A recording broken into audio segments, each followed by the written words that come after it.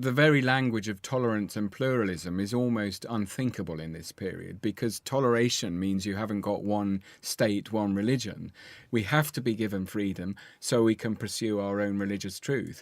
But if you call somebody a papist or a usurping bishop or a sot or whatever, you're liable to get prosecuted for insult.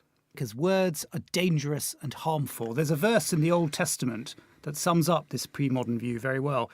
The stroke of the whip maketh marks in the flesh, but the stroke of the tongue breaketh the bones. Maleiha, this idea of words being dangerous and harmful, we still see that resonating today in all sorts of ways. Yes, we do. I mean, it's one of the sort of key debates that's going on at the moment, especially in universities where I work, actually, because of issues like hate speech, no platforming, safe spaces, but also in the UK, prevent strategy that specifically identifies Muslim speech and speech about Islam as being extremist. So, in fact, some of the most invasive draconian legislation that we have about speech is binding on universities and in the form of prevent legislation. You say it's invasive and draconian. Do you mean you disagree?